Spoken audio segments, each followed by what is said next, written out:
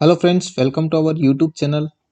और आज हम इस वीडियो में RML Lucknow sister grade second के मॉडल पेपर के बारे में, जो कि नर्सिंग सब्जेक्ट से रिलेटेड है, हम डिस्कस करने वाले हैं। इससे पहले हमने नॉन नर्सिंग का मॉडल पेपर बनाया है और अभी हमने नर्सिंग सब्जेक्ट का मॉडल पेपर बनाया है। तो इस वीडियो में हम उसके बारे में बात करने वाले हैं। उससे पहले मैं आपको बता दूं कि जो आपका एग्जामिनेशन पैटर्न है वो कुछ इस तरह का होने वाला है। जैसे आपका एग्जाम कंप्यूटर बेस्ड टेस्ट है, यानी सीबीटी ऑनलाइन होने वाला है और आपको पेपर हिंदी और इंग्लिश दोनों में देखने को मिलेगा। उसके बाद में टाइप्स ऑफ क्वेश्चन की बात करें तो आपके टोटल 100 क्वेश्चन रहने वाले हैं और उसमें आपको 1 नंबर दिया जाएगा अगर आप राइट क्वेश्चन करते हैं। तो अगर रॉन्ग करते हैं तो आपका 0.25 डिडक्ट कर लिया जाएगा, यानी 1/4 आपकी नेगेटिव मार्किंग है। उसके बाद में हम बात करें कि जो आपका सब्जेक्ट रिलेटेड क्वेश्चन है वो आपकी 60 क्वेश्चन आने वाले हैं और जो जनरल इंग्लिश के 10 क्वेश्चन आने वाले हैं, जनरल नॉलेज के 10 क्वेश्चन आने वाले हैं, रीजनिंग के 10 क्वेश्चन आने वाले हैं और मैथ्स के 10 क्वेश्चन आने वाले हैं। इस तरह से टोटल 100 क्वेश्चन आएंगे और जो 100 क्वेश्चन है वो 100 मार्क्स के रहने वाले हैं। टोटल टाइम आपको 2 आवर मिलने वाला है, यानी 120 मिनट आपको मिलने वाली हैं। तो इस तरह से ये आपका एग्जाम होने वाला है। तो आइए हम मॉडल पेपर डिस्कस करते हैं नर्सिंग सब्जेक्ट का। तो सबसे पहले हम क्वेश्चन देखते हैं। Most common cause of maternal mortality rate in India. India में मोस्ट कॉमन कॉज क्या है? Maternal mortality rate. पहला ऑप्शन है इन्फेक्शन, दूसरा है हेमरेज, तीसरा है हाइपरटेंशन इन प्रेगनेंसी, चौथा है थ्रोम्बोसिस। तो राइट आंसर है haemorrhage. Haemorrhage is the most common cause of maternal mortality. फिर आगे चलते हैं, नेक्स्ट क्वेश्चन देखते हैं। Best index to estimate case load of TB in community. तो पहला ऑप्शन आपका इंसिडेंस ऑफ इन्फेक्शन, दूसरा है प्रिवेलेंस ऑफ इन्फेक्शन, तीसरा है इंसिडेंस ऑफ डिजीज, चौथा है प्रिवेलेंस ऑफ डिजीज। तो इसका राइट आंसर आएगा इंसिडेंस ऑफ डिजीज। फिर नेक्स्ट क्वेश्चन पे चलते हैं। The nurse caring for client after a suspected CVA recognize which nursing diagnose as the priority। एक पेशेंट को सस्पेक्ट हुआ है CVA, तो नर्सिंग डायग्नोसिस में क्या प्रायोरिटी रहेगी? पहला ऑप्शन है इम्पेयर्ड कम्युनिकेशन, दूसरा है सेंसरी परसेप्चुअल अल्ट्रेशन, तीसरा है अल्ट्रेशन इन सेरेब्रल टिश्यू परफ्यूजन, चौथा है इम्पेयर्ड मोबिलिटी। राइट आंसर है अल्ट्रेशन इन सेरेब्रल टिश्यू परफ्यूजन। फिर नेक्स्ट क्वेश्चन है अपना, what do you mean by incidence. Incidence से आप क्या समझते हैं? पहला है new cases of any disease, दूसरा है old cases of any disease, तीसरा है total cases of any disease, चौथा है ऑल ऑफ दीज। तो राइट आंसर आएगा new cases of any disease. फिर नेक्स्ट क्वेश्चन पे चलते हैं। The most suitable position for giving an enema is. पहला ऑप्शन लेफ्ट लेटरल, दूसरा राइट लेटरल, तीसरा डोर्सल रिकमेंड, चौथा लिथोटोमी। तो right answer is left lateral. फिर नेक्स्ट क्वेश्चन पे चलते हैं। Use of Kayexalate enema to treat. पहला ऑप्शन है हाइपरकैलेमिया, दूसरा है हाइपरकैल्सीमिया, तीसरा है हाइपोकैल्सीमिया, चौथा है hypokalemia. The right answer is hyperkalemia. Hyperkalemia को ट्रीट करने के लिए काएक्सिलेट एनिमा यूज करते हैं। फिर नेक्स्ट है impulse rate of AV node. AV node की इम्पल्स रेट क्या होती है? पहला ऑप्शन है 60 to 100 बीट पर मिनट, दूसरा है 40 to 60, तीसरा है 20 to 30, चौथा है 30 to 40। तो राइट आंसर इज 40 to 60।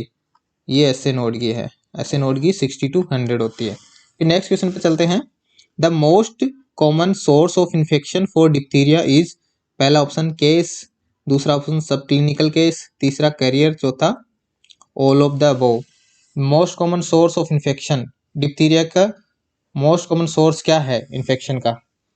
तो राइट आंसर है केस भी है, सब क्लिनिकल केस है और कैरियर है, ये सारे हैं। All of these is the right answer. फिर है life span of human RBC is about days. पहला ऑप्शन 45, दूसरा 80, तीसरा 120, चौथा 180। आरबीसी का लाइफ स्पान कितना होता है ह्यूमन के अंदर? तो राइट आंसर इज 120 डेज। फिर नेक्स्ट क्वेश्चन पर चलते हैं। Movement of foetus felt by the mother is known as. पहला ऑप्शन लाइटनिंग, दूसरा बेलोटमेंट, तीसरा क्विकनिंग, चौथा ब्रिक्शन हिक कॉन्ट्रैक्शन। क्वेश्चन है अपना, फीटस का मूवमेंट, मदर को फीटस का मूवमेंट फेल होना, यानी मदर को फीटस का जो मूवमेंट है उसको फील होने को आप क्या बोलोगे? लाइटनिंग बोलोगे, बेलॉटमेंट बोलोगे, क्विकनिंग बोलोगे, या फिर ब्रिक्सन हिक कॉन्ट्रैक्शन बोलोगे? तो राइट आंसर इज क्विकनिंग। अगर मदर को बेबी का मूवमेंट फील होता है तो उसको आप क्विकनिंग बोलते हैं। फिर नेक्स्ट है, adjuvant present in DPT vaccine is, पहला ऑप्शन एल्यूमिनियम फॉस्फेट, दूसरा एल्यूमिनियम हाइड्रोक्साइड, तीसरा जिंक फॉस्फेट, चौथा मैग्नीशियम फॉस्फेट। तो right answer is zinc phosphate. फिर नेक्स्ट चलते हैं, community health centre cover the population of CHC. CHC कितनी पॉपुलेशन को कवर करती है? 5 से 6,000, 15 से 18,000, 1 लाख से 1,20,000, 50-60 से 60,000। राइट आंसर इज 1 लाख से 1,20,000। नेक्स्ट क्वेश्चन है, the most severe complication following DPT are due to component. Option A diphtheria, option B pertussis, option C tetanus, option D adjuvant. आपका डीपीटी का कॉम्प्लिकेशन जो होता है वो किसकी वजह से होता है? डीपीटी में किसके लिए देते हैं? The most severe complication following DPT में जो कॉम्प्लिकेशन होते हैं वो किसकी वजह से होते हैं? कौन से वैक्सीन में जो कौन सी डिजीज का जो एजेंट है उसकी वजह से होता है? तो राइट आंसर इज एडजुवेंट। ना तो डिप्थीरिया की वजह से होता है, ना पर्टिशियस की वजह से होता है, ना टिटनेस की वजह से। जिसके अंदर जो एडजुवेंट होता है उसकी वजह से कॉम्प्लिकेशन आपको देखने को मिलेंगे। फिर नेक्स्ट है, which assessment finding in a client with COPD indicates to the nurse that the respiratory problem is chronic. COPD के पेशेंट को, अगर कोई सीओपीडी का पेशेंट है उसमें आपको कौन सी रेस्पिरेटरी प्रॉब्लम क्रोनिक है? तो wheezing on exhalation, productive cough, clubbing of finger, cyanosis.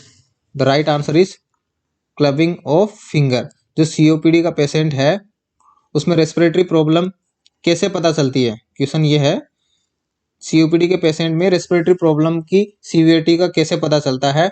तो क्लबिंग ऑफ फिंगर देख के। फिर नेक्स्ट है, prevalence of TB infection in community is estimated by. TB का प्रिवेलेंस कैसे पता लगा सकते हैं? पहला है ट्यूबरकुलिन टेस्ट से, दूसरा स्पुटम माइक्रोस्कोपी से, तीसरा कल्चर चेस्ट एक्सरे, और चौथा है blood test.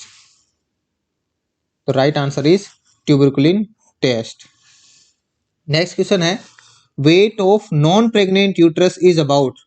Non pregnant uterus का वजन कितना होता है? 30 to 40 gram, 60 to 80 gram, 80 to 100 gram, 1 kg।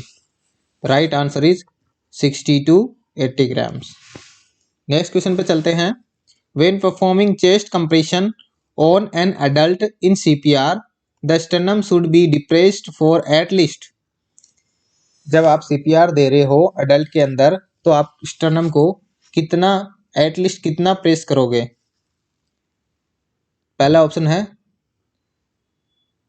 3/4 to 1 inch, दूसरा है 1/2 to 1/4 इंच, तीसरा है 1.5 to 2 इंच, चौथा है 2.5 to 3 inch.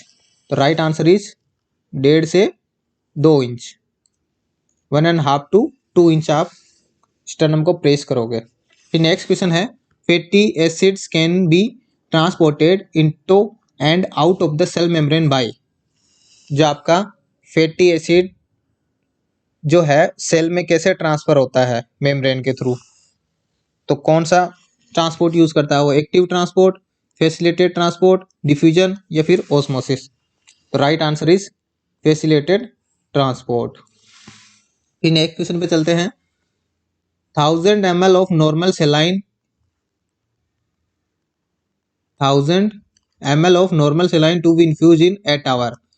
In 8 hour, what should be flow rate per minute? आपको फ्लो रेट निकालनी है पर मिनट। 1000 ml है, 8 घंटे में जाना है तो आपको इसकी फ्लो रेट निकालनी है, तो इसका फॉर्मूले से आप निकाल सकते हो। इसमें सीधा हम करते हैं बिना टाइम गए। तो राइट आंसर यहाँ पे 30 ड्रॉप्स आएगी। आप यहाँ पे इसको पॉज करके और फॉर्मूला लगा के आप निकाल सकते हो। फिर नेक्स्ट है recommended site of administration of DPT in infant is. Infant के अंदर डीपीटी एडमिनिस्ट्रेशन की साइट क्या है? पहला ऑप्शन ग्लूटियल, दूसरा डेल्टोइड, तीसरा लेटरल एस्पेक्ट ऑफ थाई, चौथा फोरआर्म। राइट आंसर है लेटरल एस्पेक्ट ऑफ थाई। फिर नेक्स्ट चलते हैं इल्यूजन मीन्स। इल्यूजन का क्या मतलब है? पहला option false perception with stimuli, दूसरा है फॉल्स परसेप्शन विदाउट स्टिमुलाई, तीसरा है फॉल्स परसेप्शन, चौथा है none of these. The right answer will be false perception with stimuli. Next question पे चलते हैं। The National Filaria Control Programme was launched in 1955, 1965, 1975, 1985। The right answer is 1955। 1955 में आपका filaria programme launch हुआ था। Next है a nurse is assisting the physician with chest tube removal. To remove the chest tube the client is instructed to. पहला option, पहले question समझ लो। एक नर्स फिजिशियन को असिस्ट कर रही है चेस्ट ट्यूब रिमूव करने में। अब चेस्ट ट्यूब रिमूव करने के लिए क्लाइंट को क्या इंस्ट्रक्ट करोगे? पहला ऑप्शन है take a deep breath, exhale and bear down. दूसरा है hold breath for 2 minute and exhale slowly. तीसरा है exhale upon actual removal of tube. चौथा है continuously breathe deeply in and out during removal. Right answer is take deep breath, आपको deep breath लेना है, exhale करना है एंड बियर डाउन, और बियर डाउन करना है। नेक्स्ट है which is use Z track technique of intramuscular injection. इसमें दे रखा है कि जेड ट्रैक टेक्निक किसके लिए यूज होती है इंट्रामस्कुलर इंजेक्शन में? तो पहला ऑप्शन है टू रिड्यूस पेन, पेन कम करने के लिए, to prevent backward leakage of medication, medication के बैकवर्ड लीकेज को कम करने के लिए, to avoid puncturing of blood vessels, blood vessels की पंक्चरिंग को अवॉइड करने के लिए, चौथा है to allow the drug to spread over a large area of tissue, drug को लार्ज एरिया में स्प्रेड करने के लिए। तो राइट आंसर है to prevent backward leakage of medication. Next question है standard prophylactic dose of iron supplementation in pregnancy. Pregnancy के अंदर स्टैंडर्ड प्रोफाइलेक्टिक डोज आयरन की क्या रहती है? पहला ऑप्शन 120 mg पर डे, दूसरा है 60 mg वंस डेली, तीसरा है 60 mg 3 times in a day, चौथा है 60 mg 2 times in a day. तो right answer is 60 mg once daily. Next है drug of choice for prevention of seizure in eclampsia. Eclampsia में drug of choice क्या है seizure के लिए?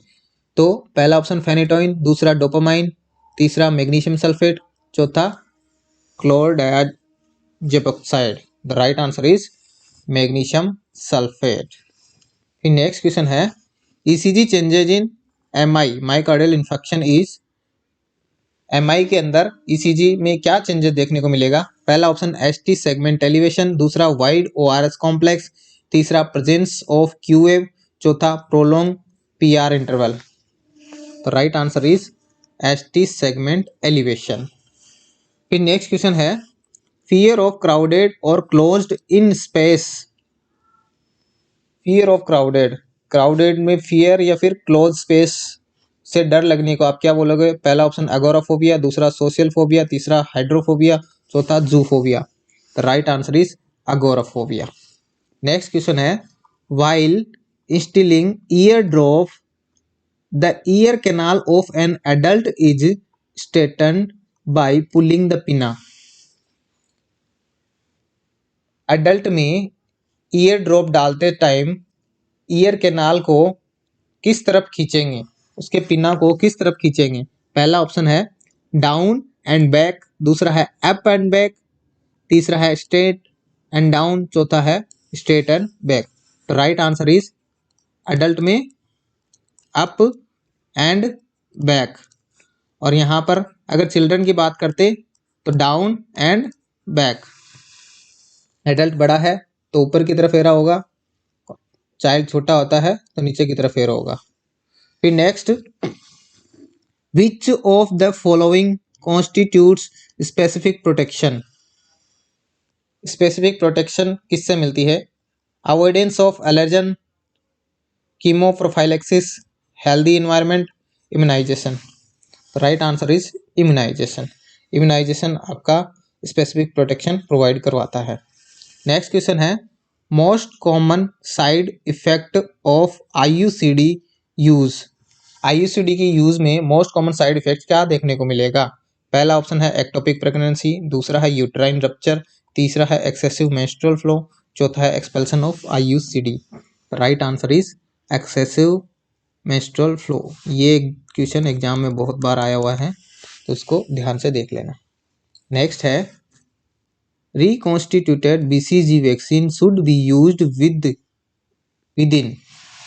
अगर आपने बीसीजी को डाइल्यूट कर लिया तो आप कितने टाइम तक उसको यूज करना चाहिए? पहला ऑप्शन 3 आवर, दूसरा है विद इन 4 आवर, तीसरा विद इन 18 आवर, चौथा है within 24 hour. Right answer is within 4 hour. Within 4 hour आपको यूज कर लेना है, बाद में इसको डिस्कार्ड करना है, यूज नहीं करना। नेक्स्ट है, deficiency of which vitamin causes rickets. कौन सी विटामिन की कमी से रिकेट्स होता है? Option A vitamin A, option B vitamin E, option C vitamin B, option D vitamin D. तो right answer is vitamin D. बच्चों में रिकेट्स और अडल्ट में ऑस्टियो मलेशिया। नेक्स्ट है, a defence mechanism that allow to convert our unacceptable behaviour into acceptable form is. Defence mechanism जो allow करती है unacceptable behaviour को एक्सेप्टेबल फॉर्म में, वो कहलाती है। पहला ऑप्शन इंट्रोजेक्शन, दूसरा सब्लिमिशन, चौथा प्रोजेक्शन, तीसरा प्रोजेक्शन, चौथा डिस्प्लेसमेंट। तो right answer is sublimation. Next question है, which of the following drug is not an example of benzodiazepine. Benzodiazepine का कौन सी ड्रग नहीं है? पहला ऑप्शन अल्प्राजोलम, दूसरा क्लोरडाइजोक्सापाइड, तीसरा क्लोराजेपेट, चौथा फेनेटोइन। तो right answer is phenytoin. Phenytoin आपकी बेंजोडाइजेपाइन्स ग्रुप की ड्रग नहीं है। नेक्स्ट है, an example of an objective data. पहला ऑप्शन फीलिंग ऑफ वरी, दूसरा डिस्कलरेशन ऑफ स्किन, तीसरा इचिंग, चौथा नोजिया। तो right answer is decoloration of skin. Objective data में आपका डिस्कलरेशन ऑफ स्किन नहीं आएगा।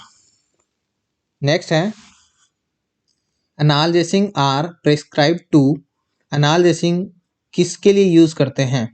पहला ऑप्शन इंड्यूस स्लिप, स्लिप के लिए, दूसरा गिव रेस्ट, तीसरा रिलीव पेन, चौथा किल पैथोजन। तो right answer is relieve pain. Pain को रिलीव करने के लिए हम एनाल्जेसिक देते हैं। नेक्स्ट क्वेश्चन है, a person with no sign of disease but may transmit it's called. एक ऐसा पर्सन जिसके कोई डिजीज के साइन नहीं है लेकिन वह डिजीज ट्रांसमिट करता है, क्या कहलाता है? पहला ऑप्शन एन एलर्जिक पर्सन, दूसरा इम्यून पर्सन, तीसरा ए रेजिस्टेंस पर्सन, चौथा ए कैरियर पर्सन।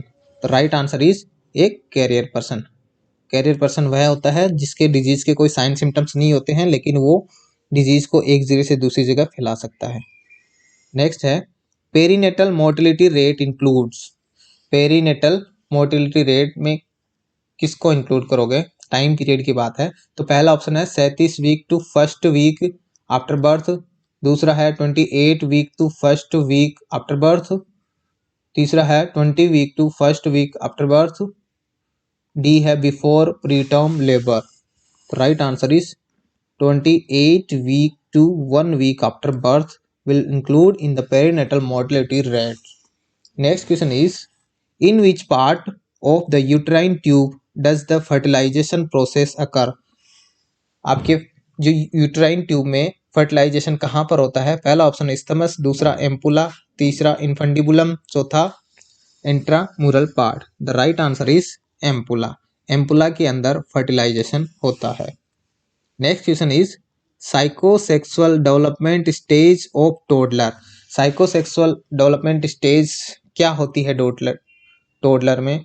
तो पहला है फैलिक स्टेज, दूसरा एनल स्टेज, तीसरा जेनाइटल स्टेज, चौथा ओरल स्टेज।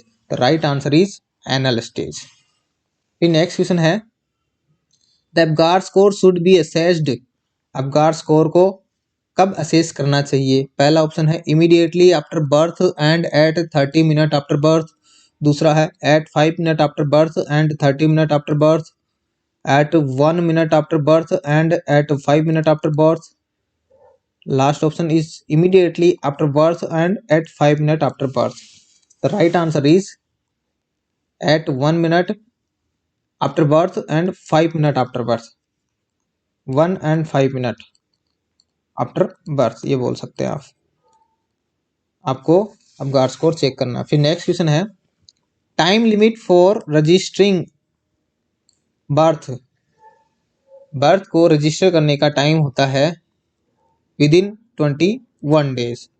मैरिज का भी यही है, डेथ का भी यही है, डेथ एंड बर्थ दोनों के लिए 21 डेज। फिर नेक्स्ट है commonest cause of neonatal morbidity in India is. Commonest cause neonatal morbidity का क्या है इंडिया के अंदर? पहला ऑप्शन डायरियल डिजीज, दूसरा बर्थ इंजरीज, तीसरा कंजेनाइटल अनोमलीज, चौथा prematurity and low birth weight. The right answer is prematurity and low birth weight. फिर नेक्स्ट क्वेश्चन पर चलते हैं the junction at which an impulse travel from one neuron to another is called as. वो junction क्या कहलाता है जहां से इम्पल्स एक न्यूरॉन से दूसरे में जाती है? पहला ऑप्शन एक्सोन, दूसरा सिनेप्स, तीसरा नर्व मैसेज, चौथा स्टिमुलस।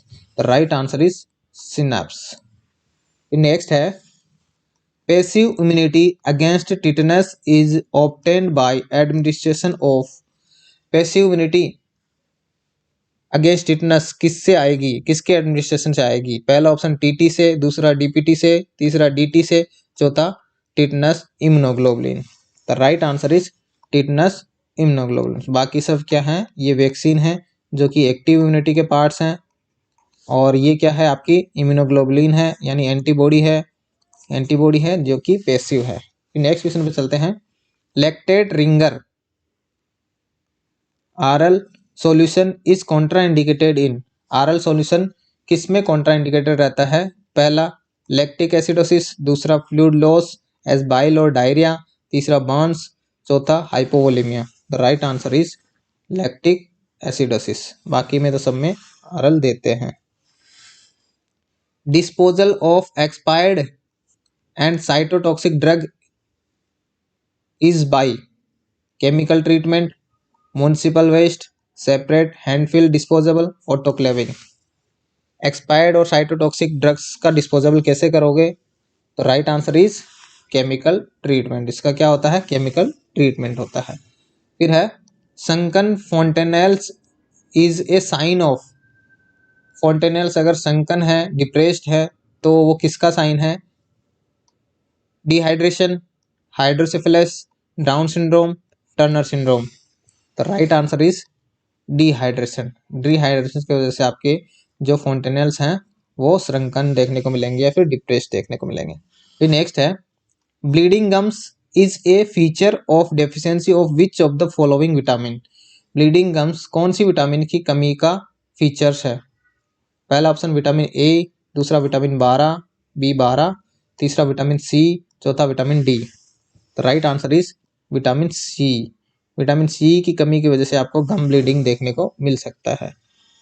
फिर नेक्स्ट है during pregnancy deficiency of which of the following leads to neural tube defect.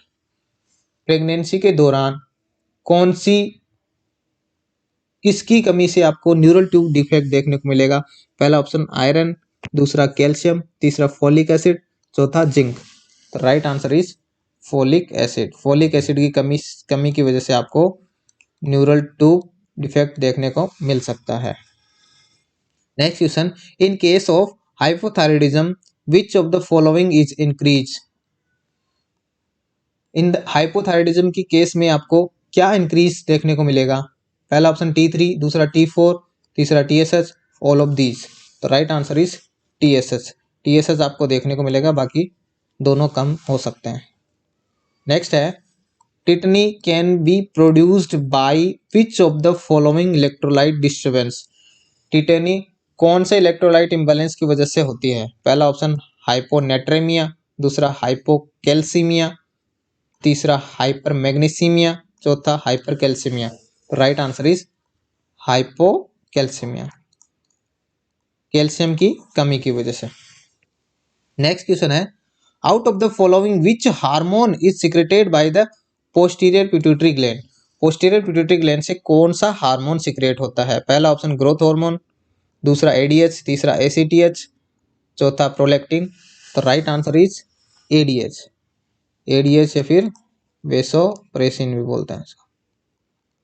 और एक तो ये हार्मोन होता है और दूसरा होता है ऑक्सीटोसिन, जो कि आपका पोस्टीरियर पिट्यूटरी से सिक्रेट होता है। नेक्स्ट क्वेश्चन है carpal tunnel syndrome is caused by. Carpal tunnel syndrome किसके द्वारा कोज होता है? पहला है प्रेशर ऑन सेफेलिक नर्व, दूसरा है इंजरी टू रिस्ट जॉइंट, तीसरा है प्रेशर ऑन मीडियन नर्व, चौथा है damage on lower motor neuron. तो right answer is injury to wrist joint. Wrist joint में इंजरी की वजह से आपको कार्पल टनल सिंड्रोम देखने को मिलता है। Next question is which of the following condition is an early symptoms commonly seen in myasthenia gravis. Myasthenia gravis में आपका कौन सा अर्ली सिम्टम्स देखने को मिलेगा? पहला है डिस्फेजिया, दूसरा प्टोसिस, तीसरा रेस्पिरेटरी डिस्ट्रेस, चौथा fatigue improving at the end of day. तो right answer is ptosis. Ptosis आपको मिस्थेनिया ग्रेविस में देखने को मिलेगा। फिर नेक्स्ट है quarantine is related for. Quarantine से आप क्या समझते हैं? पहला है सीरियल इंटरवल, दूसरा है जनरेशन टाइम, तीसरा है मिनिमम इंक्यूबेशन पीरियड, चौथा है मैक्सिमम इंक्यूबेशन पीरियड। तो right answer is maximum incubation period. Next है increase level of HCG hormone is indication of. HCG hormone अगर इंक्रीज हो रहा है तो वो क्या इंडिकेट कर रहा है? पहला ऑप्शन PIH, दूसरा पॉलीहाइड्रोअम्नियोन्स, तीसरा हाइडेटिफॉर्म मोल, चौथा है placenta previa. The right answer is hydatidiform mole. Next question है common cause of mid trimester abortion is. Mid trimester में अबॉर्शन का मोस्ट कॉमन कॉज क्या होता है? पहला ऑप्शन इन्फेक्शन, दूसरा सर्वाइकल इनकम्पिटेंस, तीसरा हार्मोनल इम्बैलेंस इन मदर, चौथा कंजेनाइटल एबनॉर्मलीज इन फीटस। तो right answer is cervical incompetence. Cervical incompetence की वजह से आपके थर्ड ट्राइमेस्टर में अबॉर्शन होने के ज़्यादा चांसेस हैं। नेक्स्ट क्वेश्चन है which of the following is measurement of central tendency. Central tendency किसके मेजरमेंट के लिए है? पहला है मीन, दूसरा रेंज, तीसरा स्टैंडर्ड डिविएशन, चौथा कोरिलेशन या कोएफिशिएंसी। तो right answer is standard deviation. तो ये था हमारा RML का नर्सिंग पार्ट का मॉडल पेपर। तो कैसा लगा आपको? अगर अच्छा लगा तो लाइक शेयर एंड सब्सक्राइब कीजिए और सभी दोस्तों के साथ शेयर कीजिए। और नर्सिंग नॉन नर्सिंग पार्ट है उसका हमने अलग से वीडियो बना दिया है, वो आप देख सकते हैं। सभी वीडियो देखें, ये बहुत ही मेहनत से आपके लिए बनाए जा रहे हैं। और ज़्यादा से ज़्यादा शेयर करें, सपोर्ट करें। Thank you for watching.